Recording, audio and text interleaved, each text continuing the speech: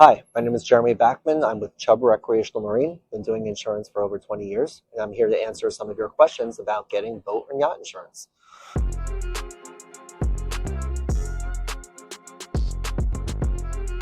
How do I save money on boat insurance? And there's a number of ways to do this, and some of your questions are around deductibles, credits, layup credits, or is there coverage options. So work with your insurance agent to figure out if one, increasing your deductible, if you really enjoy the coverage and the coverages are right for you, perhaps increasing a deductible can help you to save some insurance premium.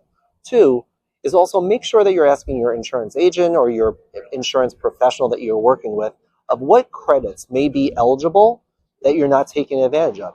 Perhaps your boat or yacht is up in the Northeast or the northern part of the country, and you are winterizing that for a certain amount of time. Maybe ask them a question if you're eligible for a layup credit, which could help you to save some of that insurance premiums.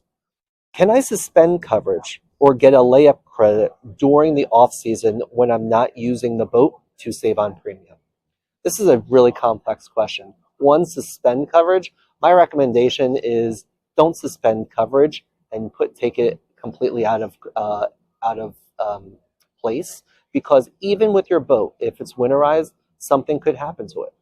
A storm damage, it could fall over, or it could injure someone if someone is close by it if there's a storm. So my recommendation is not to suspend coverage, but it leads to your other question about layup.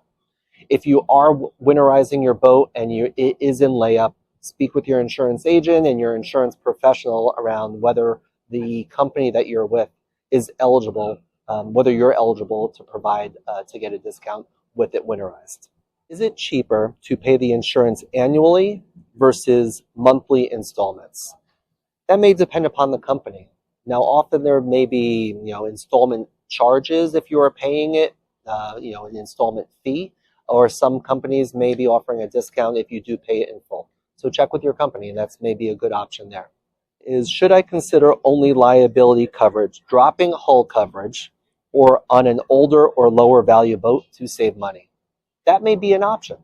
That may be an option if you're willing to take that on to say, I don't need property damage, and you're willing to either not be insured for the property damage, or you're able to repair those damages yourself by paying for those if you need to.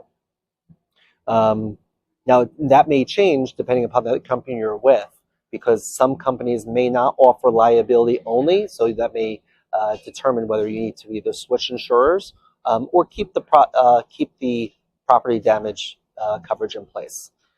But consider this with your insurance agent and an insurance professional. What's the cost of not having that insurance in place that you may be responsible for if there is damage to your boat? So those are some of your questions around how to save money on boat insurance. My name is Jeremy. I'm with Chubb. And if you'd like to learn more about Chubb Insurance, go to chubb.com/watercraft.